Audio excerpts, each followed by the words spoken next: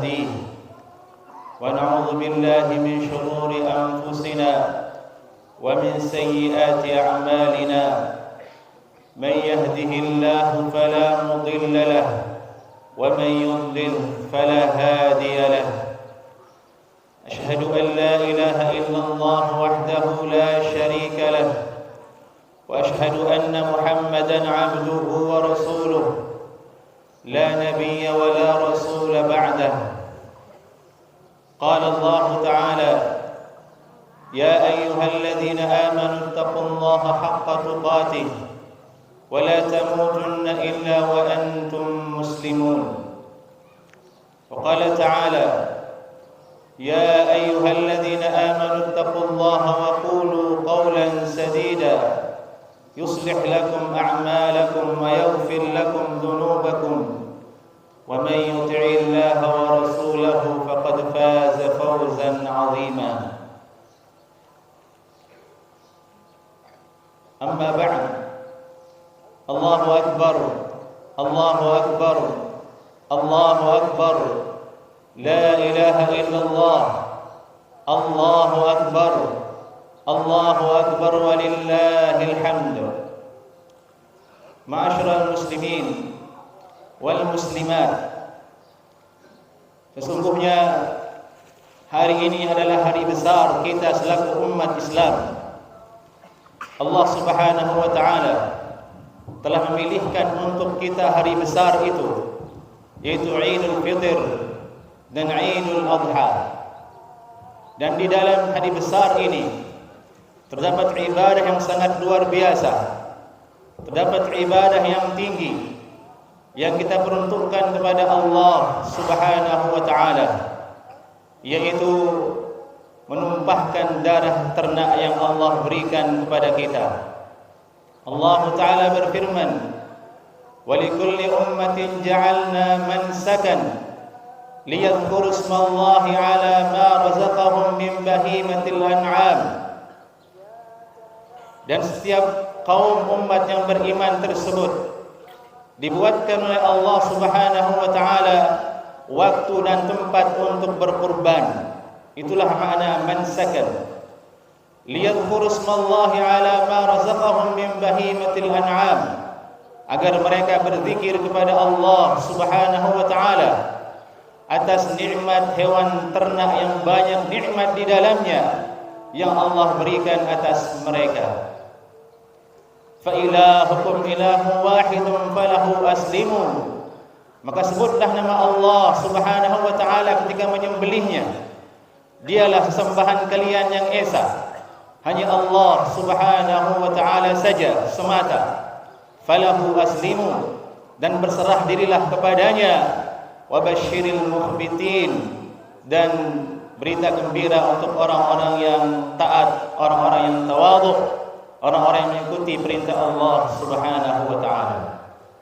Ayat ini kaum muslimin menunjukkan bahwa hari ini ialah hari yang telah Allah tunjukkan untuk kita semua untuk berkurban, untuk menumpahkan darah hewan ternak yang Allah berikan, untuk kita berzikir kepada Allah Subhanahu wa taala, dan agar kita meninggikan kembali syiar tauhid kepada Allah Subhanahu wa taala. Ma'asyiral muslimin wal muslimat, berkurban ini ada banyak hikmahnya. Di antaranya ialah bagaimana kita memikirkan, mentadabburi dan mengikuti, meneladani esensi dari pengorbanan Nabi Ibrahim alaihissalam, di mana Nabi Ibrahim alaihissalam rela, sukacita, gembira ketika diperintahkan oleh Allah Subhanahu wa taala mengorbankan putranya Ismail, di mana putra tersebut, anak tersebut sebelumnya ialah yang sangat beliau dambakan. Allah taala berfirman tentangnya, "Rabbi habli minas salihin." Itu doa Nabi Ibrahim alaihissalam. Ya Rabb, berikan kepadaku anak yang saleh.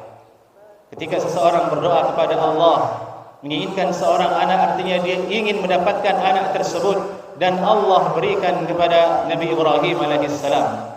Namun apa yang terjadi setelahnya? Allah ingin menguji Nabi Ibrahim alaihissalam. Allah Subhanahu wa taala memerintahkannya untuk menyembelihnya. Ya bunayya, inni ara fil manami anni azbahuk, fanzur madza tara. Wahai anakku, dalam mimpi aku melihat aku menyembelihmu. Bagaimana menurutmu?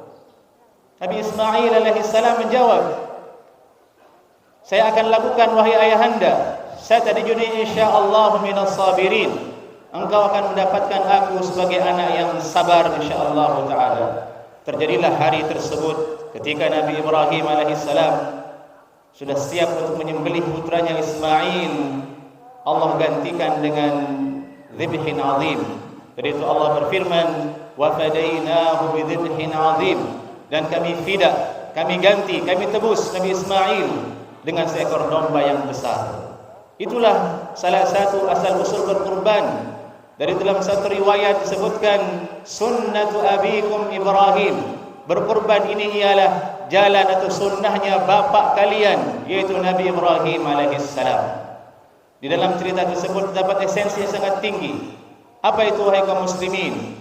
Hendaklah kita mendahulukan hak Allah Subhanahu wa taala dari segala sesuatu.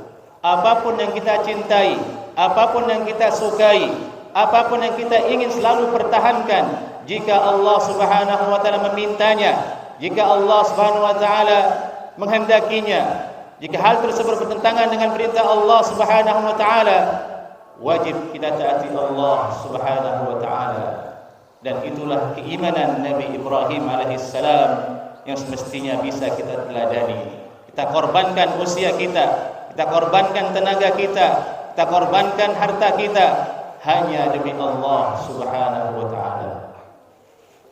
Hikmah kedua dari berkurban wahai kaum muslimin, yaitu meninggikan syiar Allah Subhanahu wa taala. Ada banyak syiar Allah Subhanahu wa taala. Salat adalah syiar, azan adalah syiar, berhijab kaum muslimah adalah syiar. Semua itu wajib kita hormati, semua itu wajib kita taati, tidak boleh kita langgar. Allah Ta'ala berfirman, la tuhillu sya'airallah, jangan kalian halalkan, kalian larat, kalian langgar syiar Allah Subhanahu wa taala yang Allah telah haramkan atas kalian. Adapun berkurban, dengan jelas Allah Subhanahu wa taala berfirman, wal budna ja'alnaha lakum min sya'airillah, dan menyembelih unta itu kami jadikan sebagai syiar Allah atas kalian.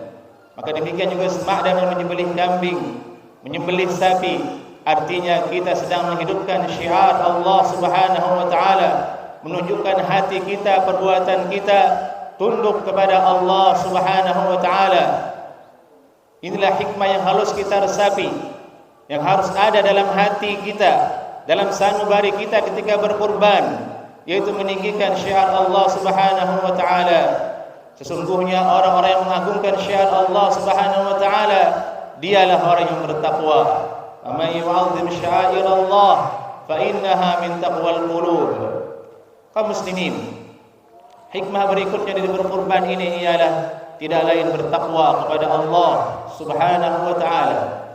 Kita temukan puasa itu bertakwa, salat itu bertakwa, menunjukkan betapa sulitnya bertakwa kepada Allah Subhanahu wa taala. Ada banyak perkara amalan yang harus kita lakukan untuk kita diuji apakah kita bertakwa kepada Allah ataukah tidak. Termasuk salat Id kita hari ini, bertakwa ataukah tidak kepada Allah Subhanahu wa taala. Hewan kurban itu tidak sampai kepada Allah, darahnya tidak sampai kepada Allah, dagingnya tidak sampai kepada Allah Subhanahu wa taala.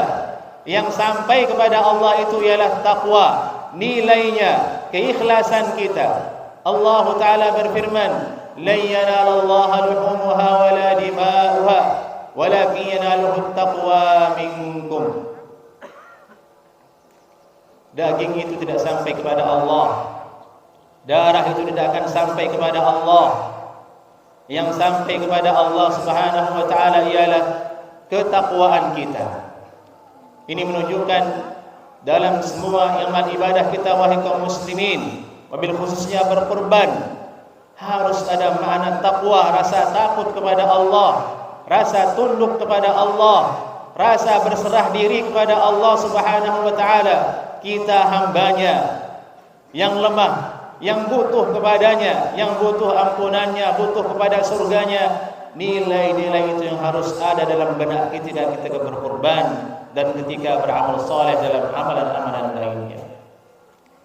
Kaum muslimin, di antara hikmah yang bisa kita gali dalam berkorban dalam ayat-ayat yang ada dalam Al-Quran ialah agar kita bersyukur kepada Allah Subhanahu wa taala. Hendaklah kita bersyukur kepada Allah Subhanahu wa taala atas rezeki yang Allah berikan kepada kita, atas hewan ternak yang Allah Subhanahu wa taala berikan kepada kita. Daging yang sampai ke mulut kita, yang masuk perut kita itu jamaah, adalah nikmat dari Allah Subhanahu wa taala. Lihat saja, sapi itu ukurannya lebih besar daripada Anda, tapi Allah tundukkan